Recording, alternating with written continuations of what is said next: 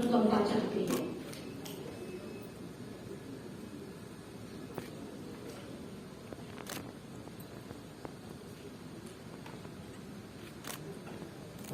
बार रक्तदान किया है। आप भूतपूर्व मुखिया है blood bank government medical college Jammu, उपाध्यक्ष हैं ISBTI और voluntary blood donation science of yoga and human genetics में दिलचस्पी रखते हैं। Organising chairman of this conference doctor अध्यक्ष इंडियन सोसाइटी। धन्यवाद सर।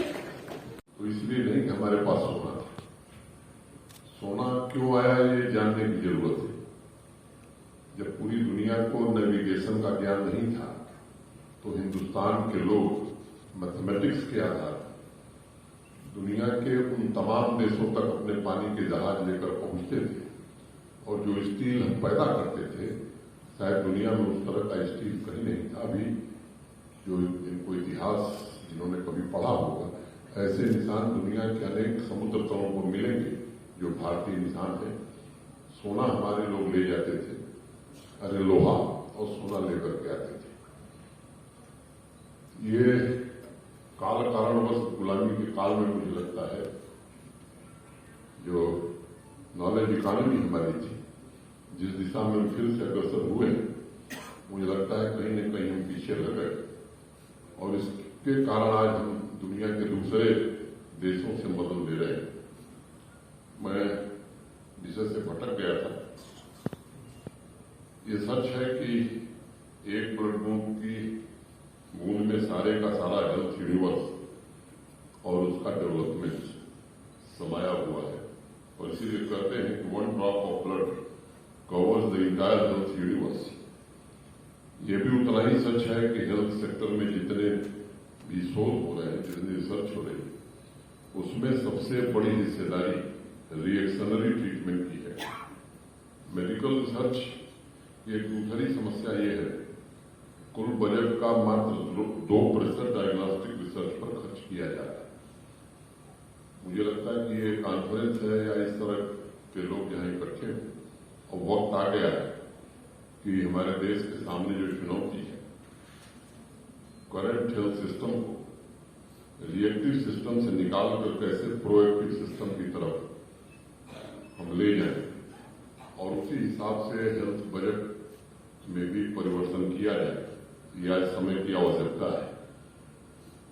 अभी जो एक पिछले 2 सालों में एक महामारी देश ने या दुनिया ने झेली कोरोना के नाम से, मुझे लगता है कि यहां बैठे खासकर ट्रांसफ्यूजन मेडिसिन के जो स्पेशलिस्ट हैं, इस सेक्टर से जुड़े जो स्टूडेंट हैं, उन सबको भी एक संदेश मिला है। तो भविष्य में ह्यूमन हेल्थ से जुड़ी चुनौतियों से निपटने के लिए प्रसन्नता है 47वें national conference on blood transfusion के आयोजन में हिस्सा लेने के लिए। ट्रांसफ्यूजन मेडिसिन में वर्तमान ट्रेंड, प्रगति और भविष्य की चुनौतियों के बारे में चर्चा करने के लिए देश भर से ट्रांसफ्यूजन मेडिसिन स्पेशलिस्ट आज सभागार में इकट्ठे हुए हैं। मैं आप सबका जम्मू कश्मीर में हृदय से स्वागत करता हूं और उम्मीद करता हूं कि मंदिरों के शहर जम्मू में ये 3 दिवसीय कार्यक्रम निश्चित रूप से एक नई दिशा प्रदान करेगा। मैं थोड़ी देरी से आया, इसके लिए मैं क्षमा भी चाहता हूं।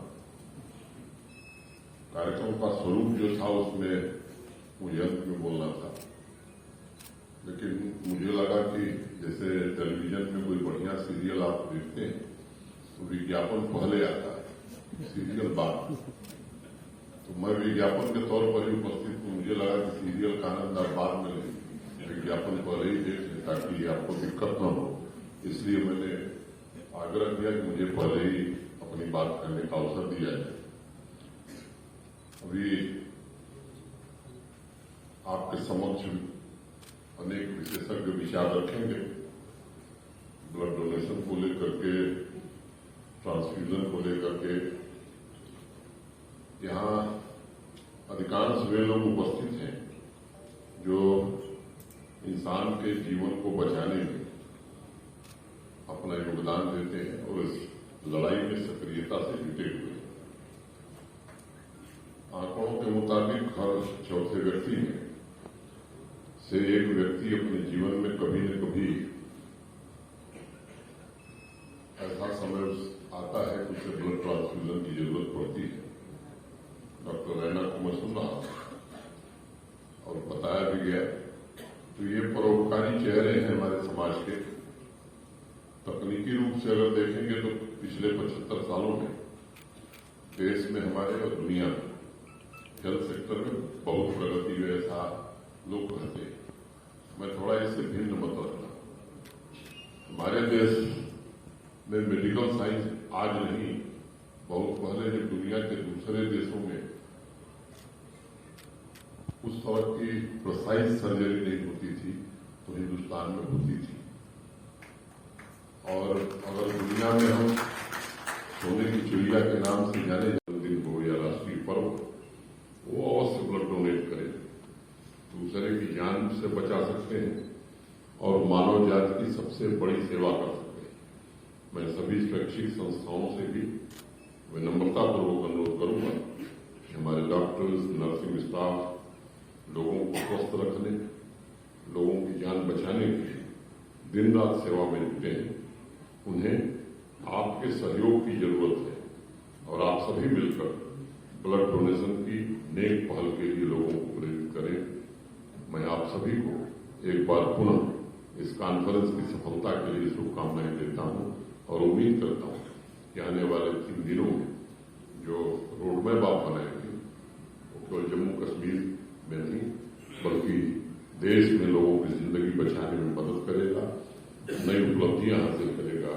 मैं फिर से आयोजकों के प्रति हृदय से कृतज्ञता ज्ञापित करते हुए आप सबको फिर से एक बार शुभकामना देकर अपनी बात पूरी करता हूं।